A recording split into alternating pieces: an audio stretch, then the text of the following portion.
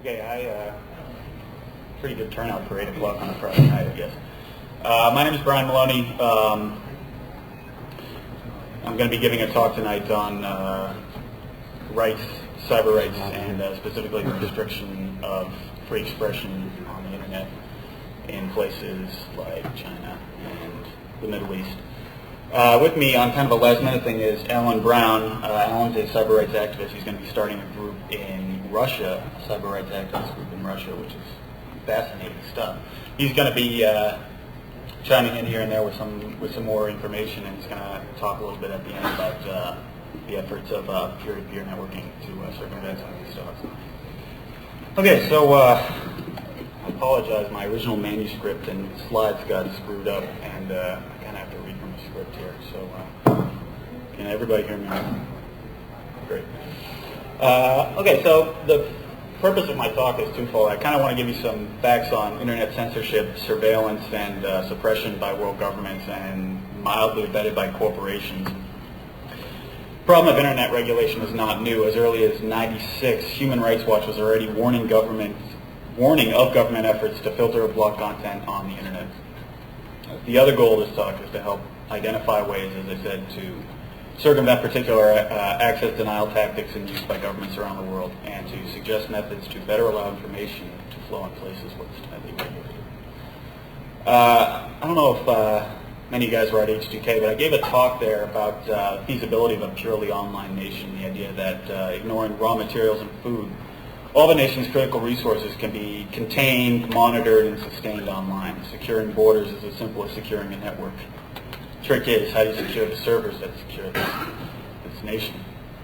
Indeed, there's a salient point, one that is underscored here in this talk.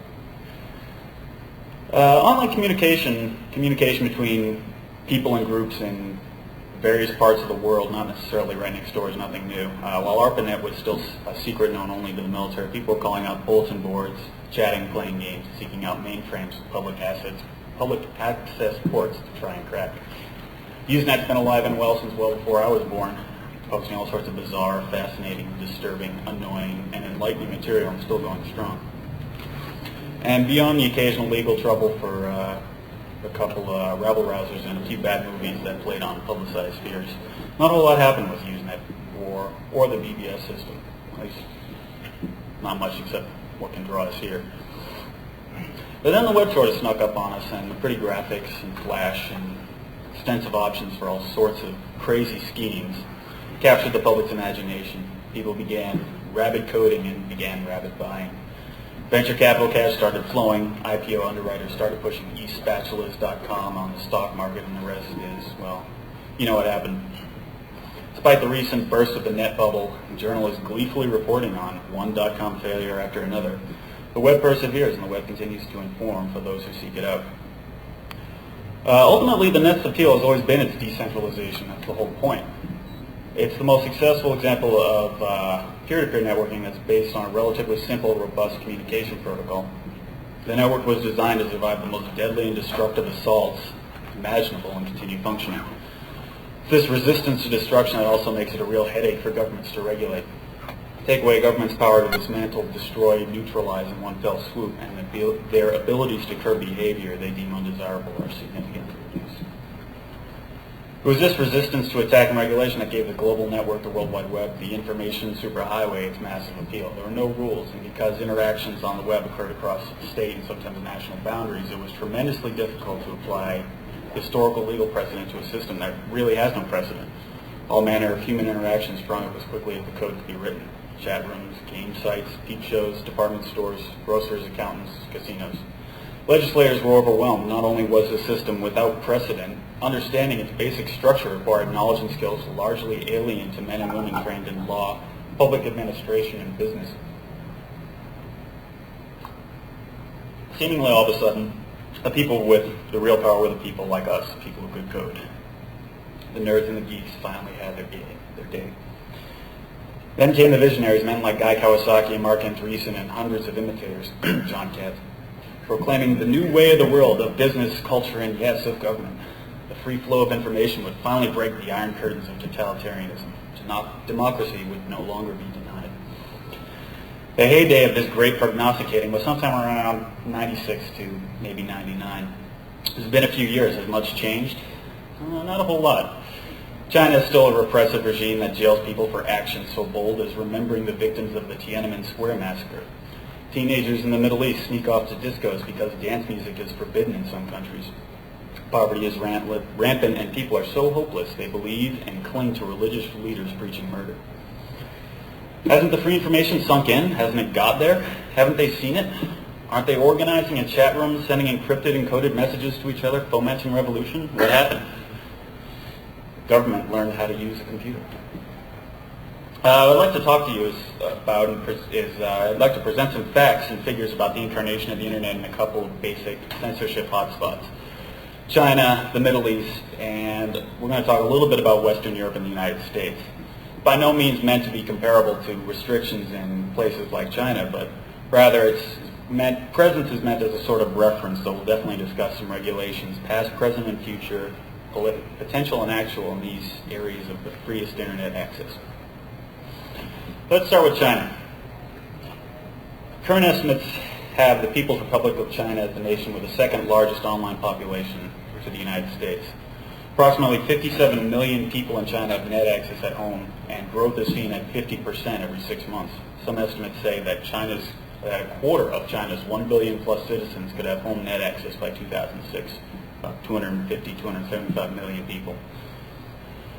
The Chinese government officially places a ban on information on the internet that qualifies as, quote, rumors, libel, subversion, sabotage of national security, promotions of cults and feudal superstition, pornography, violence, and gambling.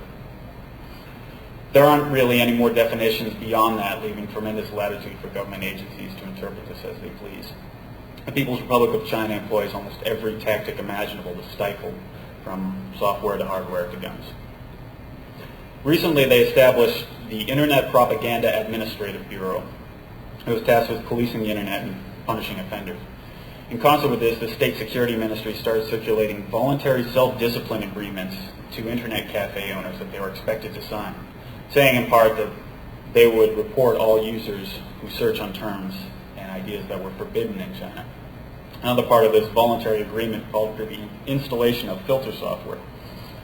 Particular piece of software called Guolu Wang, or Internet Cafe Management Specialist, not only blocks access to some 500,000 sites, but it also records the user's actions and sends a log to local police officers to investigate.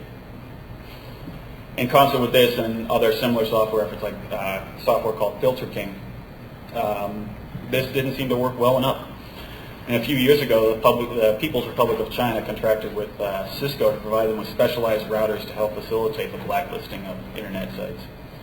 Cisco officials won't comment on the full capability of these routers, but among other things, they block access to sites like CNN.com and the BBC, as if they didn't exist. Users get a 404 error, police get a log of their activity. These routers, which would retail for about $50,000 according to Cisco China spokesman David Zhu, were sold with the assistance of IBM financing for about $20,000 apiece. And word is these routers are everywhere. And then China does not strictly rely on hardware and software filtering to keep people from doing subversive stuff. In 2001, approximately 17,000 internet cafes in China were shut down for violating licensing conditions. And in 2000, a man named Huang Qi was arrested not long after giving an interview to the BBC for allowing posted articles on his website that commemorated the Tiananmen Square massacre. He was found guilty last August and is still waiting a sentence of up to 10 years in prison for subversion. For years, U.S. companies doing business with China have been in a unique position to take the PRC to task on their human rights violations and open up the net to the free flow of information. But as Cisco and IBM have shown, corporate ethics are just the same today as they were a few years ago. So let's move on to the Middle East. This is a region heavily dominated by socially conservative forms of Islam, and governments here have a vested interest in insulating their citizenry from information they would find contradictory to Muslim culture. Being dictatorships, they also seek to protect their regimes from their subjects discovering dissenting viewpoints. Accessibility and implementation varies from nation to nation, but nearly all Middle Eastern nations heavily filter and block internet data from reaching their citizens. Saudi Arabia, which has the largest online population of the area, nearly 125,000 people in my figures. They first got connected in 1994, though usage was restricted to state academic, medical, and research institutions. King Fahd officially approved access to the public in 97, but it didn't reach the population at large until 1999. The reason being they were trying to figure out a way to prevent people from seeing some of this nasty stuff out there on the internet. What they came up with was a sort of national gateway system. Though they're still private ISPs, all internet connections lead to a proxy server at King Abdulaziz City for Science and Technology. Here, a 500 gigabyte storage system caches pages that have been officially approved by Saudi censors for public consumption.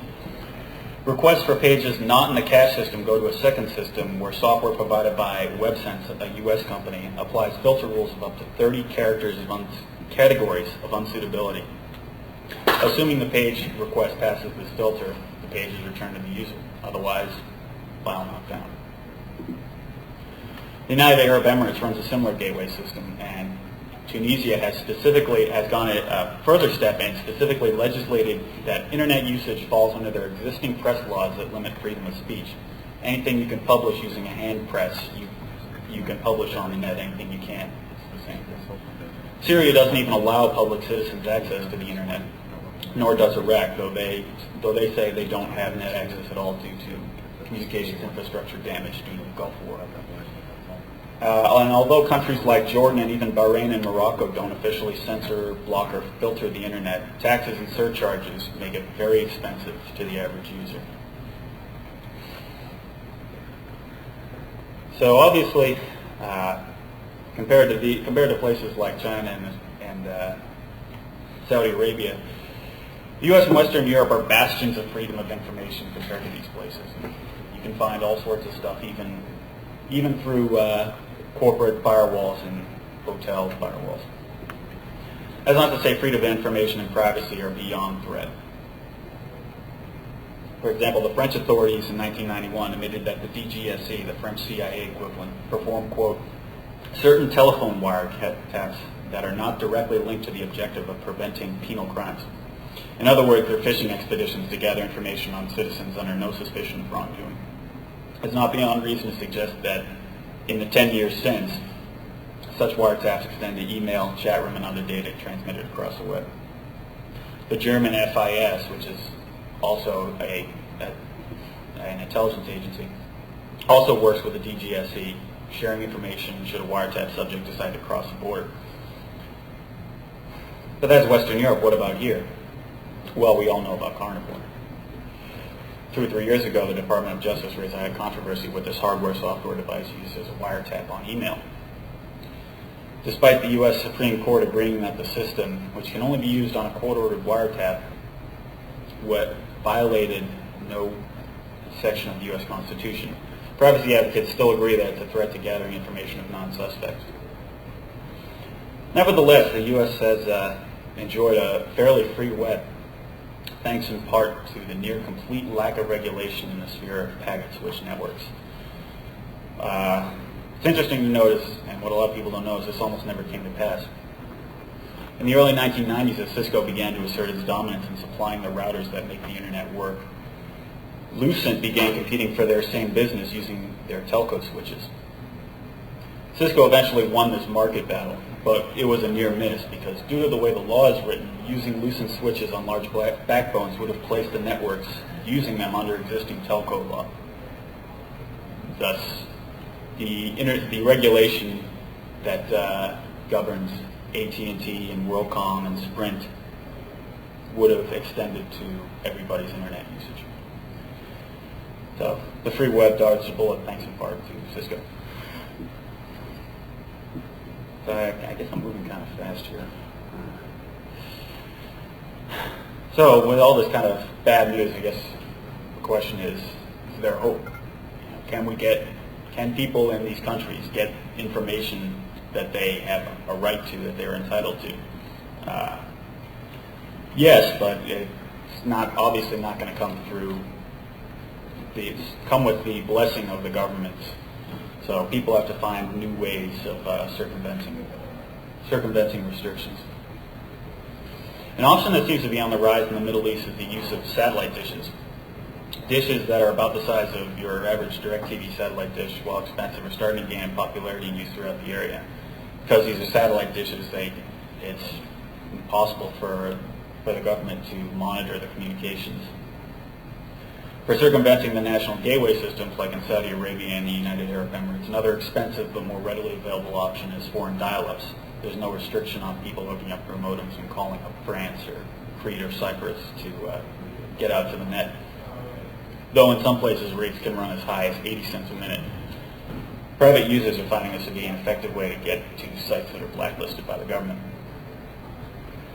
So far simpler, but more likely to be restricted as well as it can be anyway, are things like anonymous remailers like anonymizer.com. Though Anonymizer is said to be blocked by the PRC according to Anonymizer's president. Also, the use of encryption and the expanding use of steganography or encrypting data and other data formats are probably the best bet to be pushed for users in an area where surveillance is rampant if they want to get information that is restricted to them.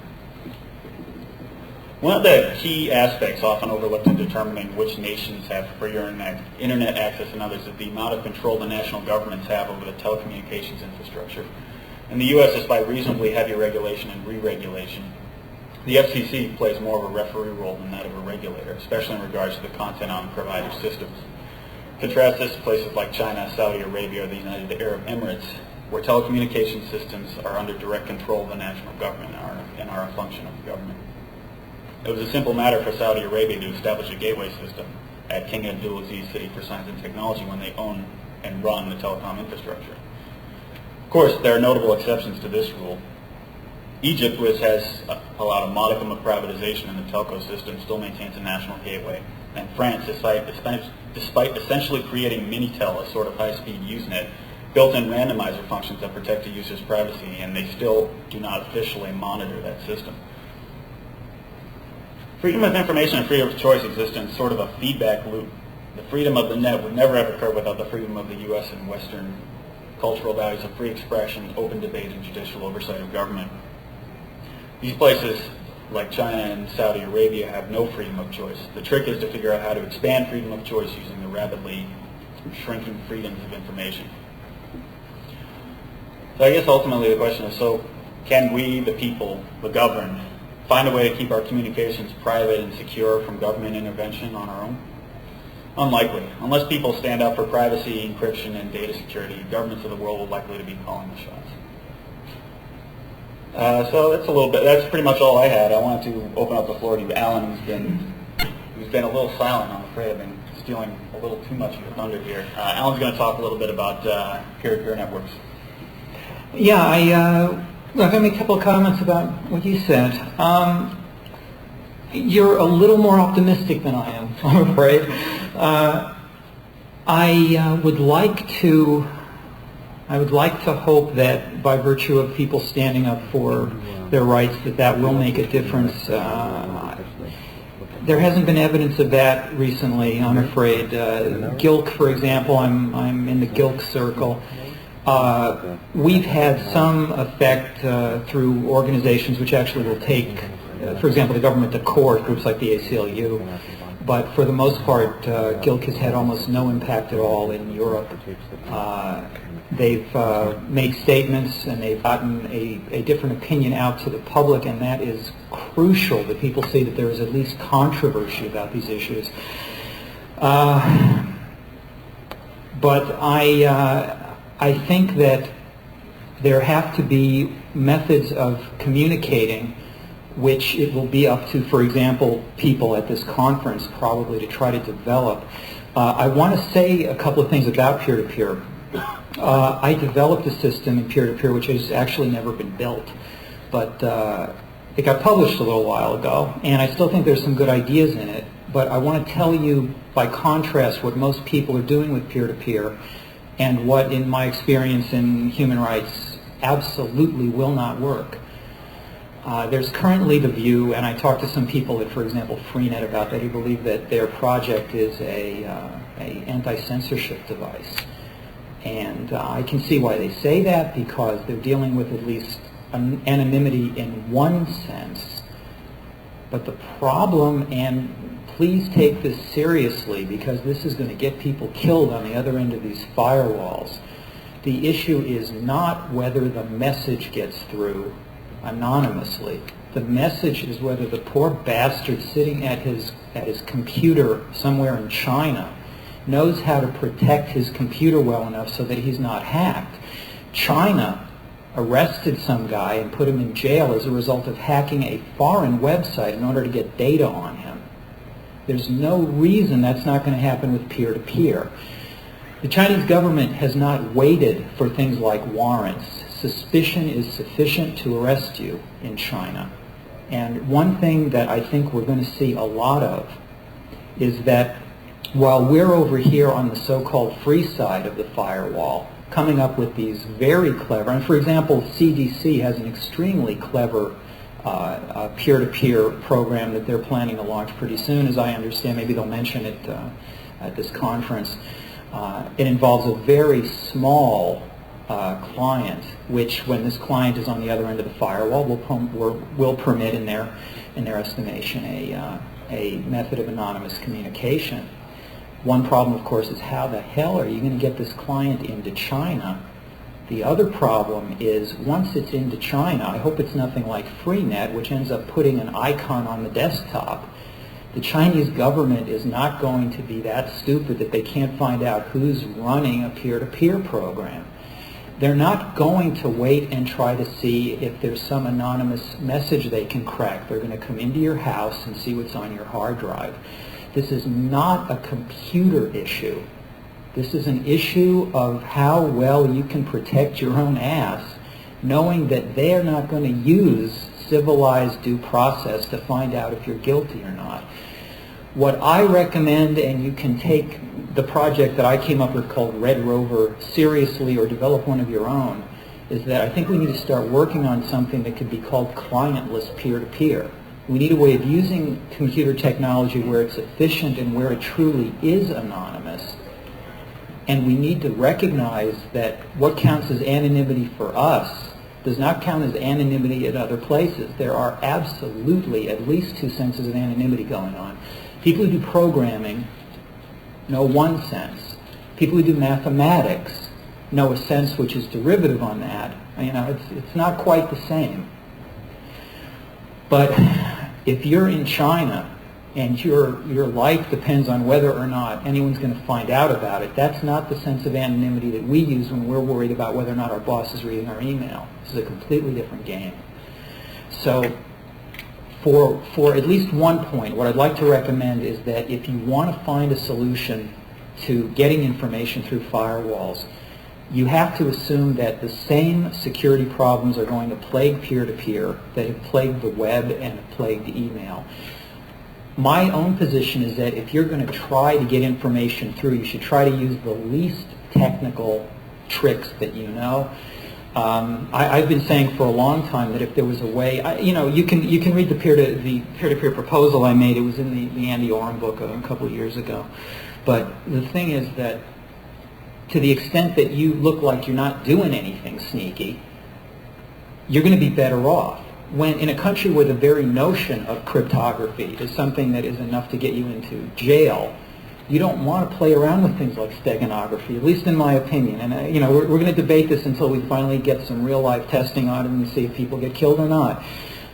There was Triangle Boy, but Triangle Boy, to my knowledge, never really got used. That's a whole other thing.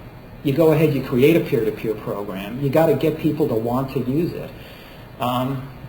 This is completely an open issue right now. The fact is that there is no peer-to-peer program that's been tested under these conditions yet. I absolutely would not recommend anybody resting their freedom on this issue.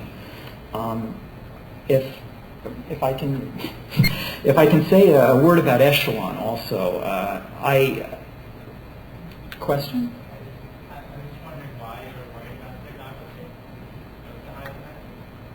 Well, the question is why are you worried about steganography? Steganography, first of all, at least to my knowledge, you can always spot steganography. Unless you are very keen about what kind of background picture you're using. Could you come up to the mic? It would just we can't really hear you, and it also gets you on tape. Sorry to calling you out.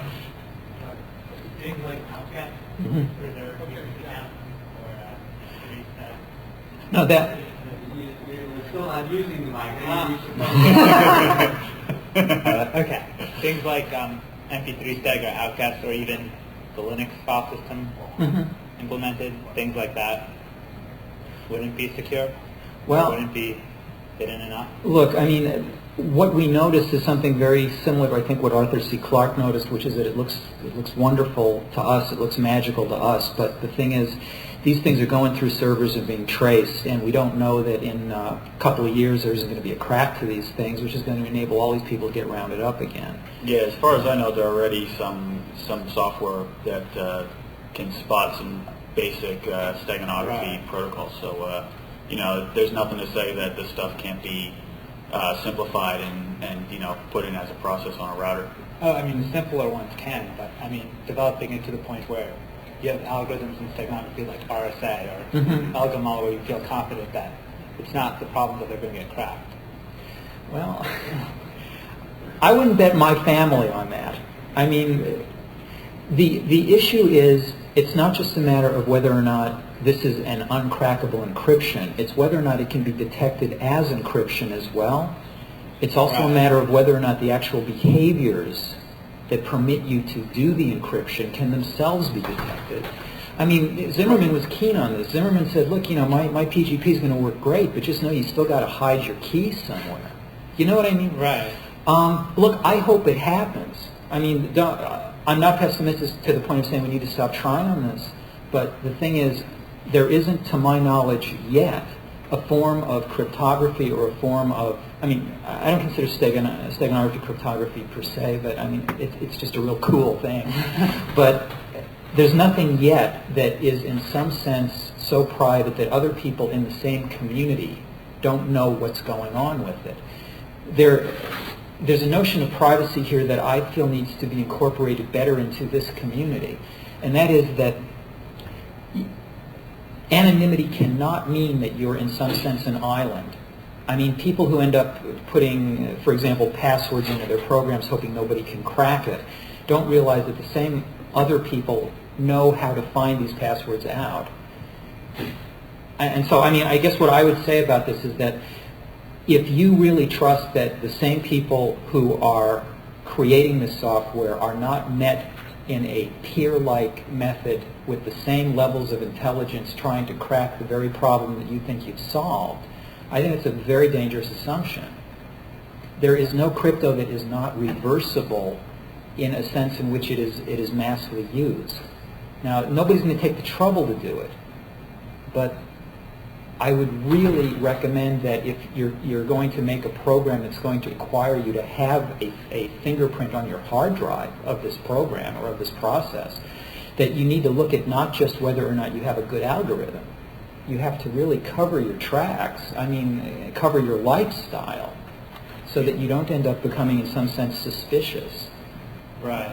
I mean, ultimately, that's like the issue, especially with a place like China. It's, it's not so much that they can't read they can't read the message, so they're going to give you the benefit of the doubt. If they see that you're sending a whole lot of encrypted stuff, or you're getting a whole lot of images that look kind of weird, they're going to start to get suspicious, and they're going to focus a bit more energy on it.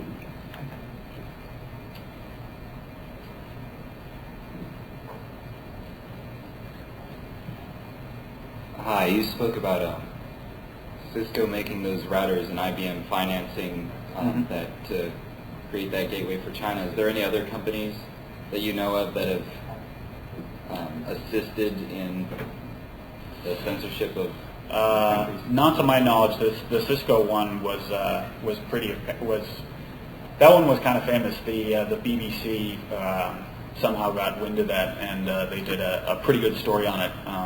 I wish I remembered where it was, but part of the way it was implemented was, I don't know, they wouldn't say what the full capabilities of it, but an American working in a Chinese news agency office, checking his Hotmail account, would see words like Taiwan and Falun Gong and insurrection and cult highlighted in his text, almost like we know what's being said. The Cisco one was the only one I've been made aware of.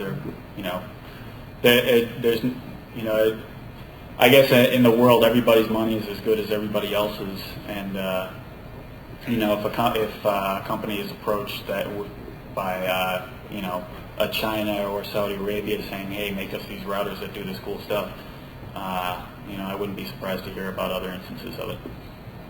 Do you know? I'm sorry, could you? NetScreen? NetScreen in California? Yeah. Could you come up to the mic and tell us a little bit more? Yeah, I just heard there's a company in California called NetScreen that makes filtering devices solely to China, mostly to China, and not else. So a lot of gateways or routers to China. Oh, that's great. There was one a couple of years ago. I don't remember the name of the company, but they came out of Elmira, New York, and they claimed that they could actually spot pornography in photographs. The idea was that you run a photo through this program, and it will tell you whether it's pornographic or not.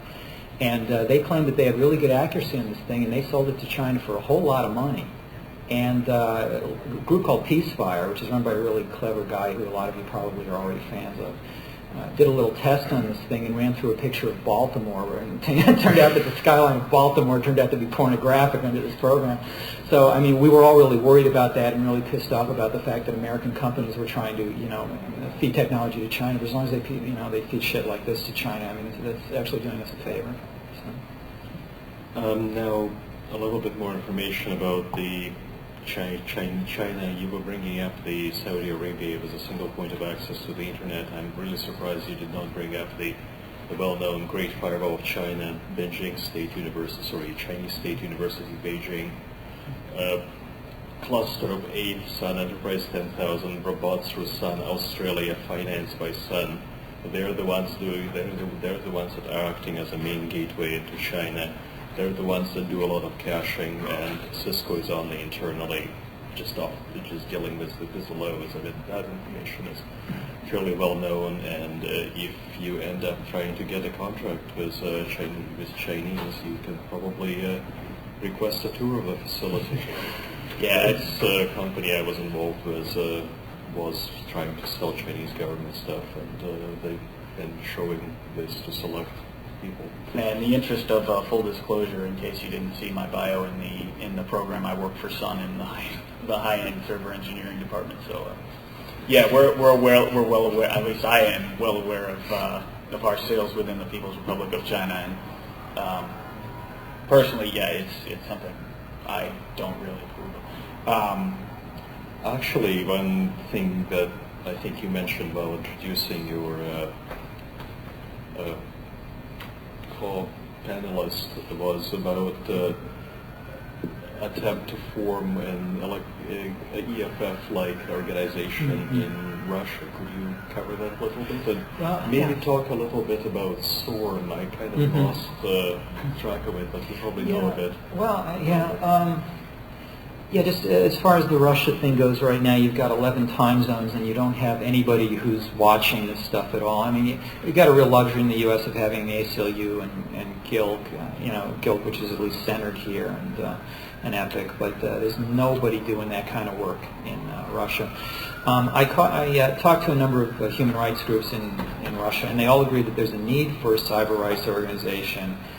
The way things are heading up right now, I'm going to be starting this thing under the auspices of Glassnose Media. This is the Glassnose Foundation. They're frankly about the only people there who are willing to actually give me an office, which is how I... No. I don't know who you're thinking of. I don't believe they're under Soros, no. Hope not. Okay. But they're not funding us anyway, for what it's worth. They offer to give us space. It's a matter of us still raising the money. So if you know anybody who's interested in getting this thing started, please try to contact me, because we're looking for funding on that right now. It's the main first step for everything. I have a quick question. You mentioned the goal is to move towards a clientless system, which makes you mentioned the goal is to move towards a clientless system. So someone in China can access information without having to have a program sitting on a desktop computer. Can you give us some ideas of what ideas you've had? I can't think of how that might work. No, sure. And one thing that unfortunately I cannot claim for this is that it is as highly secure in the programming sense as some of the peer-to-peer systems that we're all familiar with. The idea that I had for this is that you use unencrypted text in a sort of childlike message panoply. So, for example, if you were to take an IP address, and let's say the first number was 192, and come up with a sentence that had a 1-letter, a 9-letter, and a 2-letter word in it, you come up with garbage like that, which the user would recognize as being an IP address. That will not get stopped by either a word checker or a grammar checker going in or out. It's not encrypted. It can be a little message that has variable sizes. My own idea was that what we would need to do in order to make this effective would be to have this kind of information very plainly and openly dispensable through regular email. If it turns out that it ends up being intercepted, the idea is that this basically looks like spam and looks like garbage, and that we don't know what it is. There's at least no fingerprint on the computer.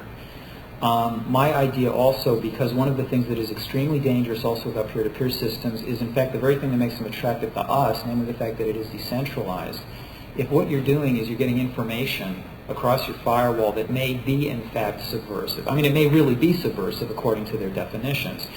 One of the things that is a real danger there is that when you have a decentralized system, you don't, it's at least a matter of trust, which is far more complicated. Whether the information that you're getting is in fact accurate or not, whether it's really coming from who you think it's coming from. So my recommendation was that in fact the group that would be supplying all of these emails with what would be actively running IP addresses, at least temporarily until they get blocked, would in fact be centralized. It would farm out this information to what would be a distributed system, a sort of SETI at home system. These things, by virtue of the fact that they run on IP addresses, means that they would actually change when the person ends up logging on. So once these things get blocked, they will still have a little bit of life in them. China can block these things within about 15 minutes, is my understanding. It generally takes them about a week. So the general picture is that you have centralized information. It gets shooting out to a sort of peer-to-peer system, but all of the clients are in the free area of the world. They receive the information, and then there's a different source which sends email giving the IP address of who received it in the free world. This then gets sent to email based on a scheduling system, which is very easy, I think, to reckon with. The people within China then would read their email, see what would be 1 or 2 active email addresses at the time. They would only get 1 or 2 of them. Go to one through a regular web sit-up, presumably anonymized if possible. Of course, better if they use a proxy server. But the idea would be that they're going to a website which, by virtue of the fact that it has a unique IP address which won't be running soon, would not be traceable back to the same information, because as soon as the session ends, presumably they're not going to be coming back to the same session. Now, whenever you log on to most of the systems that run in the United States, you get a different IP address each time, at least in that last octet. So the Chinese can go ahead and block it, assuming that they block the 4th octet and leave at least some other choices. That client can still run for a while. So I mean, the thing is, I'm not saying, frankly, I'm not saying this thing will work. But I'm saying that this is the kind of idea that doesn't involve cryptography in any sort of dangerous sense. It involves no change in entropy levels because you're using regular coding, you're using regular vocabulary. And it doesn't involve the danger of either transporting these things through the mail. Because, I mean, look, you can go ahead and you can have a little client, even a small client. The Chinese are going to know what size it is. They're going to be looking for a packet that size. So this is only an example of what I think could be built. And it's anyone's guess whether it would work or not. It just seems to me that I would feel more comfortable at least with that one than I would with FreeNet, for example. Wouldn't you believe that the recent, relatively recent slew of email-borne viruses originated, I guess, with I love you and code red, would be a very interesting way of potentially spreading, acting as a spreading vector for a fairly randomized steganographical application that will actually end up going out and being installed on the hard drives of, say, all the systems that have an IP address and an APNIC allocated IP blocks for, say, China, Saudi Arabia, you name it. Because basically, you don't even need to activate the software past the reproduction stage. It just has to be installed on a hard drive of a user. However, at this point, once the surveillance sources in the foreign, those who watch notice that everyone has a copy of the particular application, at that point you can start claiming plausible deniability. In other words, you didn't know. Because right now, a lot of countries have guilty until proven innocent doctrine. And that seems like the only way doctrine like this can be overturned. Let me think about it. I mean, Think about it's it. interesting. Thank you. Obviously, with that angle, what you now have to worry about is antivirus software.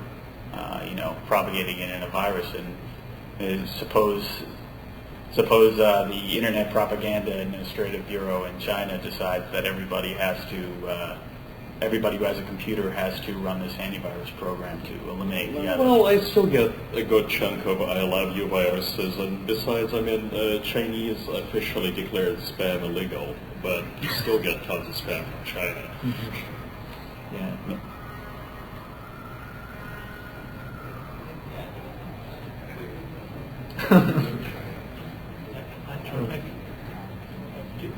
I find I guess the proposal that you had for a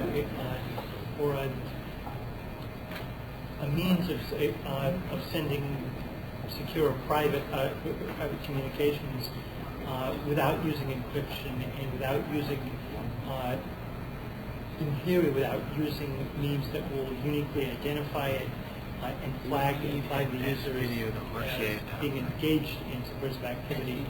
It sounds good at first, but I'm a little concerned that, especially if the system is as simple, as simplistic as something as you described, and as you describe it, needs to be simple in order for it to work, at least as I understand. If, say for example, there's a Chinese intelligence person sitting at the conference here, which wouldn't be unreasonable. I would think once the government knows what to look for, they can still find messages like that. If they know that certain types of spam with unusual sorts of patterns in them could contain could be used as covert channels. It's still I see it as still being potentially dangerous. Look, I absolutely do not want to claim that this thing is. I mean, we all know, including me, that it's absolutely not foolproof. I also don't want to say that it has the kind of anonymity that some of the onion routing proposals have, for example. I'm presenting it only that it's a project in progress in some sense. I think that it's the direction that should at least be explored. I don't see that this type of thing is being explored. Everyone is, I think, very caught up in seeing what kind of cool code they can write. And I think that the real issue here is not to write the coolest code right now. The real issue is to look at, and this is something that I don't see people at Freenet or at CDC doing, to look at what the needs are in all of these individual countries and how these things are protected, these firewalls. One thing I might also add, it is not only the one place that has this censorship in China. It's not just at the university. There are in fact 4 places that are doing this. There is one that looks only at university censorship. I mean, they've got one all to that, but there are 3 other locations in China you have to deal with. And these things are not connected, so it's not like you could sort of like knock them all out together. They're all operating individually. Questions?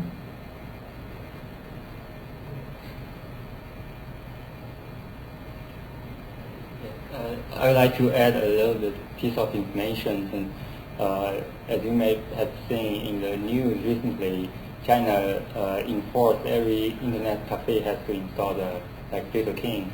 And what they do is they have a long list of 500,000 blacklists. And one thing I heard some reporters, there are filters at the application level. So when you use a browser to view on every site, when you have some keyword in it, it's going to trigger the alarm. So, one side it's one more technical problem for any programmer trying to develop some architecture or code. But a more general picture is, I can't remember the name. Someone say it's a technical race. So they are developing pretty fast. So.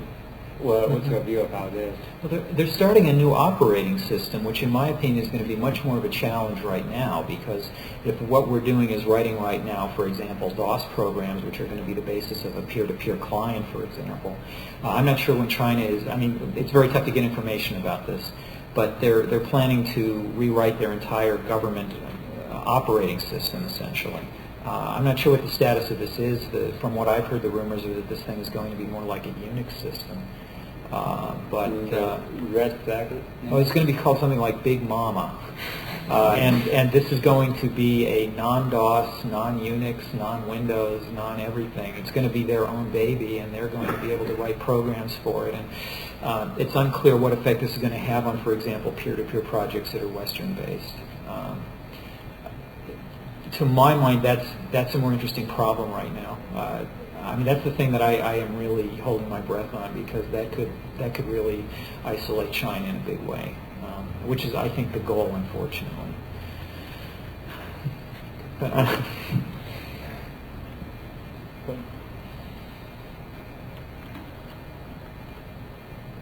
my name is Jeff Smith. I'm one of the principals in the American National News Service. I guess our largest client is down in Washington, the American Free Press. And recently they sent me over to James Banford, who was speaking Midtown Manhattan. He's the author, of course, of The Puzzle Palace and many of these other works on the National Security Agency. And I went over there and I asked him an interesting question. I said, first of all, how much surveillance is actually being done on Americans? And of course he agreed with me and everyone else that the government loves the internet, of course. Great tracking system, greatest tracking system in the world, of course. But then I asked him, look, you know, isn't it true that the basic way they've gotten around the recent limitation laws is they simply take the raw data and ship it over to Britain and ship it over to some of our other so-called allies and have it analyzed and have it compressed and then brought back here, and voila, it's legal to do. Number one, how secure is it for America's most inner secrets to be shipped abroad, to be analyzed, and then compressed and brought back in? What kind of a policy is that in terms of honesty, national security? Think of the problems we've had in the Middle East with escape of military information. As you know, this is very worrisome. The other thing is that what is also worrisome is, of course, you mentioned satellites, dishes. Remember, satellites can be jammed. You notice what happened to the Iranian programming. They just shot up a jamming signal until the satellite owners had to pull the station. had to pull the program. Secondly, there is now a decline of the short wave. Now I know this is computer convention, and I know that this is a competing old technology. I'm very sorry. But there is a place for the short wave. If you do away with the short wave to the rate that is now happening, where it's all going on the internet, okay, it doesn't chop in and out, so what? It gets through. If you do away with the short wave, you've just put a stranglehold on everybody. This is a very, very dangerous trend. Low technology does have its place in freedom. You want that kid to put together a simple circuit, low-power transmitter, and get on the air where a couple 100,000 people listen to it. If you get away from that, or simply say, oh, that's old-fashioned, this is dangerous. But I need a direct comment. What's your opinion on what's going on in the state of Israel? What is going on, number one, with the policy of the NSA, exporting raw data overseas to be compressed and analyzed and brought back into this country? Any comment on that? Mr. Banford would have no comment on that whatsoever. What do you guys have to say about that? So this is the U.S. sending data to other countries. Okay. I don't know. Personally, it's going to sound a bit like a dove, but that's kind of the U.S.'s, the government's prerogative. I mean, there's not a whole lot we as individuals can do about that. I mean, the government did build, the basis of this network, and how they do it, behind closed, locked doors with MP guards is something we can, moan about all we want, but it's not necessarily going to bring much change about. The only way that sort of thing, it's I don't know if I have a position on that personally. That's something I'd have to think about. But initially, my gut reaction initially is it's probably not a good idea. Alan, do you want to comment? I'm afraid I have nothing really to add to that, except that I'll absolutely affirm your belief in shortwave. I've got a Drake at home, and I think that low technology is very underestimated. If I can take 20 seconds to say something that I think we can all try to do at home to try to fuck up Echelon. If you build into your web pages and you build into the signature in your email some little sentence that says something like, the NSA will be happy to know that this email contains no information about Islam, jihad, formaldehyde, or other bombings. These things are bound to trip up, and what we are hoping could happen if enough people did this is that it would simply create such a number of ticks over at the Echelon office that hopefully this would have the same effect that they did in Denmark during World War II when all the Danes joined the Jews and were in yellow stars. When you can no longer discriminate the good from the bad data, you end up going to other methods. And so I don't see us ever stopping Echelon, but I do see us fucking it up. Yeah, there is I think there's an anniversary Echelon fuck up day. I think October 17th. It needs to be more than one day a year. Every day should be fuck up Echelon. Well, I think last year or the year before it was send it out to your friends on October 17th. Yeah. Put as much of these red flag words in any email you can to anybody and let them know. This is going to have to be our last question. Now, just a comment, I guess, on the subject of the satellites and shortwave, etc. Shortwave is indeed a really great, really easy to implement and really easy for the end user to use technology. And I mean, I grew up listening to the BBC, which was mercilessly jammed, and oh yes, it was, big time. And basically, the question I have is about, I don't know if you're on any of the more politics and technology-oriented mailing lists, such as the ISN and Politef, but basically there was information coming across about Falun Dafa supporters using a 3-meter dish to not jam, but literally overpower the signal that was broadcast, that was the uplink signal to one of the Chinese TV rebroadcasting satellites. where for multiple days there have been the Falun Gong subversive messages for 15 minutes at a time broadcast on all six or 10, however many national channels. Do you suppose techniques like this are actually effective, or is that something that should be avoided in order not to suppress the little freedom that is still there?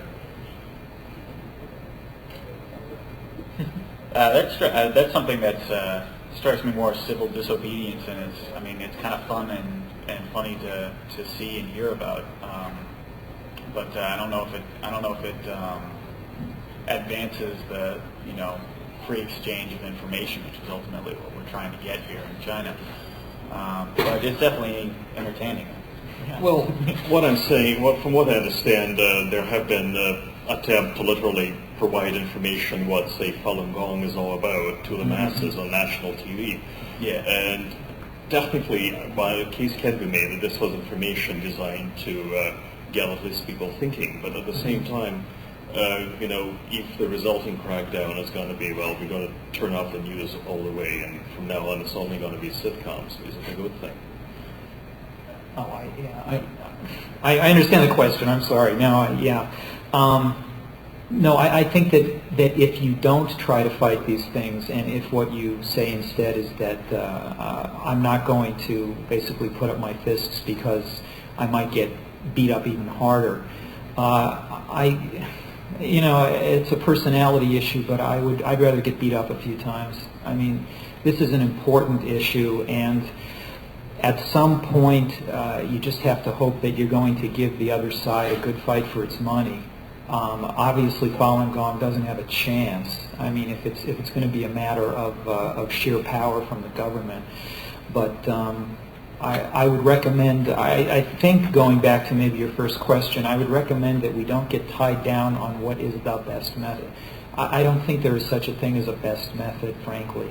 I think that what we need is to keep the entropy high on these issues and use everything and anything that works, from short wave to spam to passing notes to each other. And the ultimate goal, we have to remember, is to get the information through. It may be that one day technology will not enable us to do that, and we have to do it some other way. But the important thing is that the information gets through, and we'll take our knocks. All right. Thanks for sticking around for this long. I appreciate it.